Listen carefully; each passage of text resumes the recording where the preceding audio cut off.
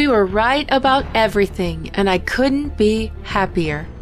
Justice Toal upheld the law today and shut down this ridiculous witch hunt swiftly and righteously, and it's everything we've been saying all along. This is a very focused inquiry to determine whether or not Becky Hill tampered with the jury, and if so, did it affect the verdict? I'm going to break down this status conference for you this evening, so let's get started. This is Legal Updates with Cassidy. Justice Toal. Tread carefully. This is not the trial of Miss Hill. Welcome. To start with, Justice Toal had Alex's cuffs completely removed, something that hadn't been done previously. I was afraid this was a sign of leniency towards him when I first saw it, but thankfully, I was wrong. Secondly, Court TV needs to do better if they're going to be the only film crew allowed. They've messed up so many times with their sound, like here, forgetting to turn it on. Their camera focus is terrible, too. But Justice Toal began with a quick rundown of the case that we missed part of. She had the conference organized, letting counsel know how to proceed today. The first topic was for them to tell why an evidentiary hearing was necessary, and defense went first. Yes, thank you, Your Honor. Under Reamer, a Reamer hearing is absolutely necessary where there has been credible evidence presented that there's been an improper third-party contact with the jury prior to their deliberations that frankly, whether it goes to the merits or not, a Reamer hearing is absolutely necessary. They've been declaring this since their first press conference, months ago. We've been saying it's not so. We're about to see how the judge decides on that. But I just have to say, it's Remer, not Reamer. And we believe that the Court of Appeals decision in this case contemplated a Reamer hearing. And in a Reamer hearing, evidence is presented as to what outside influences, if any, were brought to bear upon the jury. We have, in our motion for a new trial, submitted affidavits of one deliberating juror, one alternate, and then another affidavit of a witness to an interview of an alternate, and all three statements are consistent, and in that they heard Ms. Hill, the clerk of court, prior to deliberations, and frankly before the defense put on their case, Ms. Hill instructed, do not be fooled by the defense. That's what the sworn statements say. And secondly, before Mr. Murdaugh took the stand, Ms. Hill advised one deliberating juror and two alternates, at least, watch his demeanor, which is an implication of, he's going to lie. And so then the question becomes, factually, did those contacts happen? And then, we proceed from there as to what the burden of proof is after that. But the threshold, are we entitled to evidentiary hearing? The law is crystal clear that we are. Thank you, sir. Then it was time for state. And can we just note the distinguished difference between skill and style of Creighton versus these guys? Mr. Waters, to the state. Thank you, Your Honor. May it please the court. Your Honor, obviously you've addressed the issue of whether an evidentiary hearing is necessary. The state certainly understands that. It is incumbent upon us, though, based on the law, to preserve our arguments as to procedural bar, and those are twofold. And the first one, of course, is that a motion for a new trial must be filed within 10 days of the verdict unless there's after discovered evidence. And I think an initial inquiry that needs to be determined is when the defense first learned of these particular allegations in conversations with the defense, and they said they're going to give me an answer, that they may have had conversations with juror 785 prior to her being represented, which was only a couple days after trial. So if that is the case and they were aware of these allegations, then we would want to argue to Your Honor and preserve the issue that this is not after discovered evidence and that there's a procedural bar in that regard. So this is interesting because it seems like there's some kind of discrepancy about when this evidence was actually discovered. According to Creighton, there were conversations right at the close of trial, yet nothing was done about it at that time until much, much later. He also indicates that he's tried to pinpoint when this evidence was discovered, and we'll hear a little bit more about that in a bit. That will be very interesting to get to the bottom of when they actually discovered this evidence. Secondly, we made the argument that the affidavits on their face, the only deliberating juror indicated, and that's 630, in that affidavit only said that she voted guilty. She had questions but voted guilty because she felt pressured by other jurors. And of course the law is crystal clear in multiple cases that sort of internal debate, it's actually in Rule 606B, that's not any sort of misconduct or anything that is an appropriate venue or mechanism in order to attack the verdict. If you're new here or don't recall, I covered this extensively in a previous podcast about pressure from other jurors not being considered jury tampering and not a reason for a new trial. I'll link that below in comments. So for that reason, we've argued that their showing in their motion for a new trial is insufficient based on the case law for an evidentiary hearing because there is on its face no sufficient allegation of prejudice. That being said, of course, we fully understand and expect the evidentiary hearing will go forward, and we'll be happy to address burden of proof after the defense makes their arguments. Well, Mr. Griffin, anything in reply? Your Honor, it does not appear that the state, takes a position contrary that a Ringler hearing is required. They're arguing that we had sort of waived the right to that hearing. There's no evidence of the record of that. I can assure the court we did not know of this information within 10 days after the trial, and when we learned of it, we promptly acted. That's all I can say. And here's where we find that the state has asked defense to provide them with information for when this took place, because there was a mention where Dick implied and was even shushed by Barber that this is something that they heard during the trial. So this is a valid point of contention, that the truth needs to be found out about it. Well, in conversations with Mr. Harpootli and Mr. Griffin, they were going to actually look into that and look at their paralegals' notes. So I fully rely on and trust the defense to give me a fair answer to that question. And then again, if there's an issue to be raised, we would raise that. We're not conceding anything. We just wanted to preserve our procedural issues. I don't think we need to go back and forth many times about this. I think I understand your position. And so we get to the first decision, and I couldn't be more pleased. I don't mind to say that many of you have told me that I was the only person covering this who stuck to the legal precedent and sided with state, that Alex was not immediately entitled to a new trial by Remmer. I have mentioned it in every podcast about this subject since the state made their reply, and I did a deep dive into all the cases they cited. Remmer is outdated, and there are so many specific cases in the South Carolina Supreme Court that have replaced it, and it's even been discredited in recent years. I've had nasty comments here and read many elsewhere insisting that Alex deserved a new trial because that's what Dick and Jim were trying to sell everyone. But I never budged my view.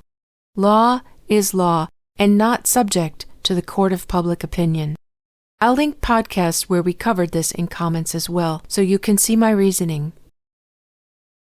Here's my position on the matter. First of all, I am not conducting a Remmer hearing. Remmer is a 1954 decision of the United States Supreme Court that deals with the question of influence of the jury and a motion for a new trial on the basis of after discovered evidence of that influence. I rely on the South Carolina decision of our Supreme Court authored by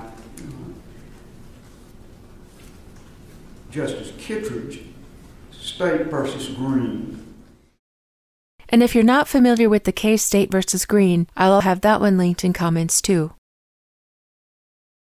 And the Green decision specifically says that Rimmer is not the guidance that South Carolina trial judges should look to in conducting hearings on after discovered evidence. But I do intend to tell you right away that I will be relying on South Carolina's jurisprudence and South Carolina's jurisprudence specifically on what must be proved in a hearing of this nature and who bears the burden of that proof. All right. Next, we'll hear defense trying to discredit the application of State versus Green by saying it's not the same. But it is the same. It's a bailiff this time, a court official, speaking to the foreperson of a deliberating jury and telling them that the judge does not like deadlock verdicts. Yes, this definitely could affect the outcome of the verdict. For a case to have set precedent, it doesn't have to be the exact case. You won't find two cases exactly alike. It has to be the principle of a court official possibly affecting the outcome of a verdict. State versus Green does that. Then they try to promote their cited case, State versus Cameron.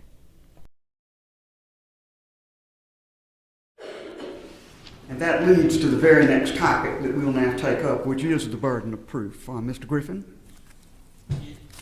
Yes, Your Honor.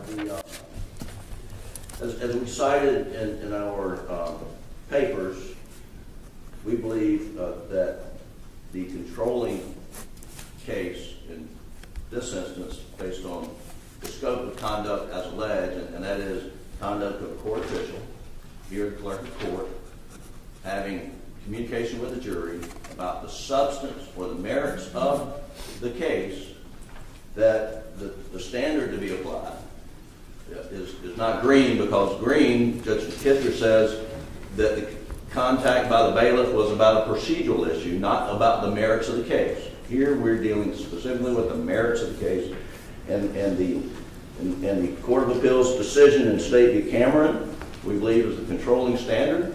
And in State v. Cameron, and that was decided in 1993, and the court says, in citing Holmes v. United States, which is a Fourth Circuit opinion, says in this case there was a private communication of the court official to members of the jury, an occurrence which cannot be tolerated if the sanctity of the jury system is to be maintained. When there has been such a communication, a new trial must be granted unless it clearly appears that the subject matter of the communication was harmless and could not have affected the verdict. Now, we strongly believe that is the standard. Is the question of, was the subject matter of the communication harmless and that it could not have affected the verdict? And that's our position on the standard. Your Honor, if Your Honor looks to a different standard, we believe that State v. Green, the measure of State v. Green, you can't look just at Justice Kittredge's opinion. You have to look, because he complimented the Court of Appeals decision. And the Court of Appeals decision absolutely. And now, instead of moving on to her next question that she just presented to them about burden of proof, he wants to go back and fight her decision on whether or not to base this hearing on Rimmer, which she has already stated is outdated. The Rimmer standard of the burden of production is on the defendant, but when the defendant produces evidence of a substantive communication to the jury by any third party, that's what Rimmer is, by any third party, that then there's a presumption of bias, and that the state then has to overcome that presumption, produce strong, clear, and convincing evidence that it was harmless. And that was the standard that the Court of Appeals applied in State v. Green. And in State v. Green, the Court of Appeals says that this is the standard of the Fourth Circuit, and we follow the Fourth Circuit law in this area.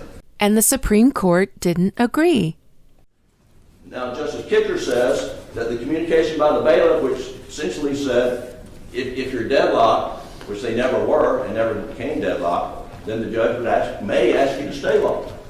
I mean, that was the communication by the bailiff in Green, and Justice Kitcher said that did not go to the merits of the case.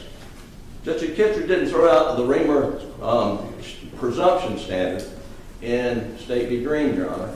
And it's important, the Court of Appeals decision, looking to the Fourth Circuit, because, as Your Honor knows, this case, and I would encourage the Court to look at the Holmes decision out of the Fourth Circuit, which we cite, which applies Reamer. It applied Reamer in a habeas corpus case when they said Reamer is the clearly established law in the Fourth Circuit. And it vacated a death penalty conviction out of North Carolina because the North Carolina courts did not follow Reamer. And so the Court of Appeals decision in Green says we look to Reamer. Justice Kitcher says, we're not going to apply the Reamer presumption here because it didn't go to the merits.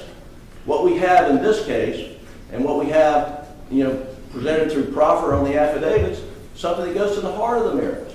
It's the defense. And it's the credibility of the defendant's testimony.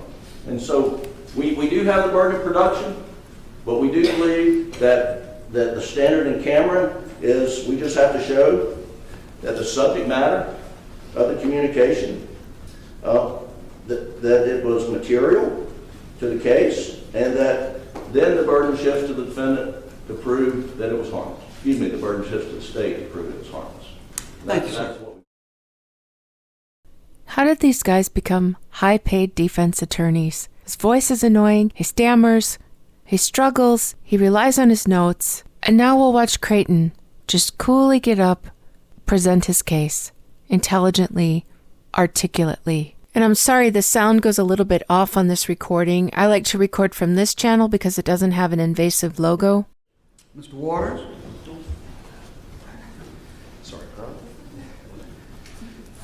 Your Honor, and I'm going to walk through some of the cases in South Carolina that address this issue, but as Your Honor is aware, of course, when we deal with these issues, we have two types. We have internal misconduct, and our courts have been reluctant, Rule 606 says this as well, to delve into that unless there are concerns of fundamental fairness, like racism and things like that. And then there's external allegations of external influence and that sort of thing, and that's what we're dealing with here today. And to quote State v. Grovenstein, which is a 1999 case of the State Supreme Court, it cites Aldred and Kelly and says, "We have consistently held the defendant must prove prejudice in these sorts of claims." And if we walk our court has been very careful, and as much said so in Aldred, which was an internal case, to sync the analysis and the standards between those two, and have consistently held that the defendant has to show prejudice. It's their burden to do so. In Blake in 1992, the court held don't presume prejudice, and the test, of course, was whether or not the verdict was solely the product of honest deliberation or whether it was the product of outside influence. We go over to State v. Kelly. Of course, Your Honor concurred with Chief Justice Finney's dissent in that case, but in that case there was a pamphlet in the grand jury room. Clearly an external influence was alleged there. And ultimately in that case, the court held that the defendant failed to show prejudice from that particular external influence.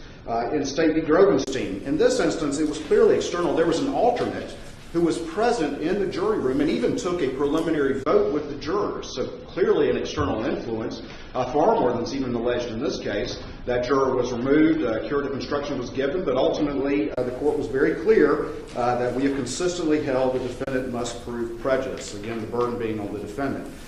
In Bryant, this was a capital case, one that I argued way back when. And in that instance, there was a police investigation, background investigation into death-qualified jurors in a capital case. Clearly external. The trial court conducted an inquiry with questions submitted by the parties as well, and ultimately noted that it was the defendant's burden to prove actual bias on the part of the jury. In State v. Pittman, another case that I argued before, Your Honor, in that particular case there was a juror who had a conversation with his wife and with the bartender, and ultimately again the court held that the defendant failed to meet the burden of prejudice because the wife's comment was the defendant was not guilty, and the comment to the bartender took place after deliberations had begun. And then, of course, in Green in 2020, Your Honor just commented on that, and the court clearly held that the Rimmer presumption of prejudice doesn't apply here. And then, of course, went on to note that the defendant bears the burden of proving prejudice. And Cameron is a case that they rely on a lot. And I would say this about Cameron, that Cameron, of course, goes on to say that the mere fact of any official communication does not necessarily mean that the jury was prejudiced, and went on again to do a prejudice analysis and a harmless error analysis. Covington is a Court of Appeals case from 2000. In this particular case, there were jurors who supposedly knew the defendant and knew some external information about whether or not he had had previous difficulties with his wife and that sort of thing. Clearly external information. And again, the court held that the defendant failed to show prejudice. So the case law in South Carolina, both from our state Supreme Court as well as our state Court of Appeals, is clear, it's in sync, it's uniform, that it's the defendant's burden to show prejudice. And that's, of course, only after there's a determination that any sort of extraneous influence occurred. And that would be the state's position, that it is the defendant's burden. And again, we can address at the appropriate time what the state's position is as to the order in which the evidentiary hearing should go. Thank you, sir. And that's how it's done. Familiar with his own cases, familiar with the cases that the opposing counsel put before the court, familiar with it all. He knows the cases they quoted better than they know them themselves. Their claims are wrong. Straight up wrong. Mr. Griffin, in reply? Yes, Your Honor, there is a tremendous difference in the law as to how the court analyzes juror misconduct, as in Kelly, where the juror reaches out to her pastor, gives a pamphlet, brings it into the jury room, and that was found during the course of the trial. The trial judge removed juror O, who had gotten the pamphlet, voir dired every juror to ask what effect that had and if they could put that out of their mind and then deliberate. So that happened during the middle of the trial, but it was juror misconduct. All the other cases that he cited and the state relies upon are juror misconduct cases. Not unauthorized third-party communication that goes to the heart of the Sixth Amendment, right by a defendant to confront his accuser, to cross-examine witnesses who present evidence. When a third party makes an improper contact with the deliberating jury before they deliberate, that falls at the heart of the Sixth Amendment, which is a different animal altogether than where a juror engages in misconduct. And that's where you get to Cameron. That's where you get to Green, which Green says it was a procedural communication, not a merits communication. And Your Honor, in Bryant, well, I would note, Your Honor, dissented in Kelly, but in Bryant, I mean, no jurors were interviewed, as best we could tell by the record. But in Bryant, it was a death penalty case. Law enforcement, I believe it was Horry County, were out questioning the jurors' relatives and friends and trying to get their belief as to whether they believe in the death penalty. Apparently, some of that kind of leaked back to one juror, or maybe, but there was no record saying the jurors were prejudiced by that. But the court said that behavior cannot stand, and we find prejudice based on the conduct, not on the juror's testimony. And they didn't use the word presumption, but they found prejudice. And I don't want to get caught up in this issue of do we have to establish prejudice? I think prejudice is established, but the question has to be established, but the question is it presumed under the circumstances? And if it's presumed under the circumstances, what does the state have to rebut it? And so, prejudice is the touchstone, but the question is evidentiary presumption. Here, where there's a third-party communication that goes to the merits of the case, the law is crystal clear that there is a presumption of prejudice, and the state has the burden of proving it's harmless beyond a doubt. Thank you, sir. Thank you. Was he even listening? Creighton clearly showed how outside influences affected every single one of the cases that he just cited. He'll repeat it again. Maybe Jim will listen this time. But besides of that, they presented this accusation. It is their burden of proof, but they know that it's going to be difficult, if not impossible, to prove. They wanted to be able to just make this accusation, the whole world listen, and Alex just automatically be handed a new trial. And that's not the way the world works. That's not the way court works. They don't want to have the burden to prove the accusation that they made themselves. All right. Mr. Waters? You know, I'm not going to go back and forth a million times, but if you want to have a short comment and additional part. Very short, Your Honor. He said that these were not external influence cases, and every one of them that I listed was. Your Honor, Blake was a bailiff. Kelly was a pamphlet. Again, it was an external piece of information coming in. Grovenstein, it was an alternate. Again, that's an external influence. Bryant was a police investigation. Pittman was a bartender and a wife's comment. Green was a bailiff. And Covington was, evidence that was not admitted at trial that the jurors were aware of. So clearly all of those were external influence cases, Your Honor. All right. And now Justice Toal's decision on burden of proof. And let's remember, this is a Supreme Court justice with decades of experience. She's the one that the lower courts come to resolve issues. The decisions the Supreme Court makes become law, basically. She was a part of that. She knows this better than anyone. Her decisions come from all of those years serving on the Supreme Court of South Carolina. She knows this law. I do not regard State versus Cameron as the guidance that needs to be used by me in making a determination about this case. It's a Court of Appeals case.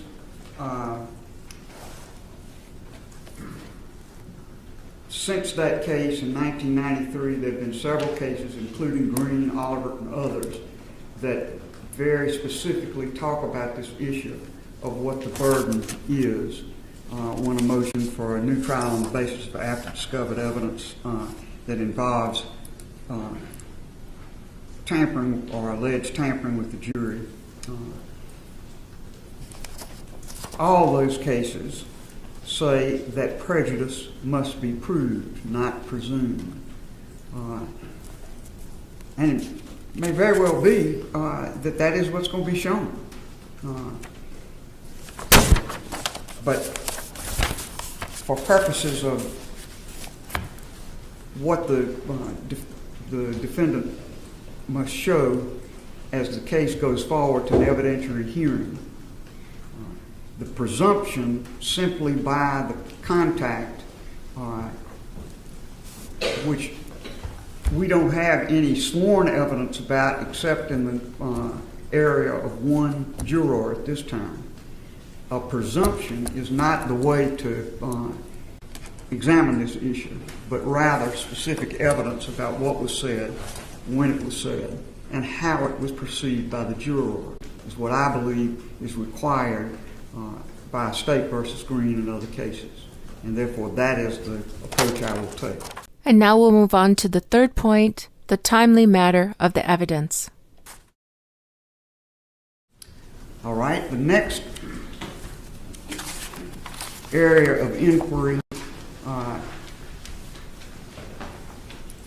is the procedural argument of the State that this matter was untimely made.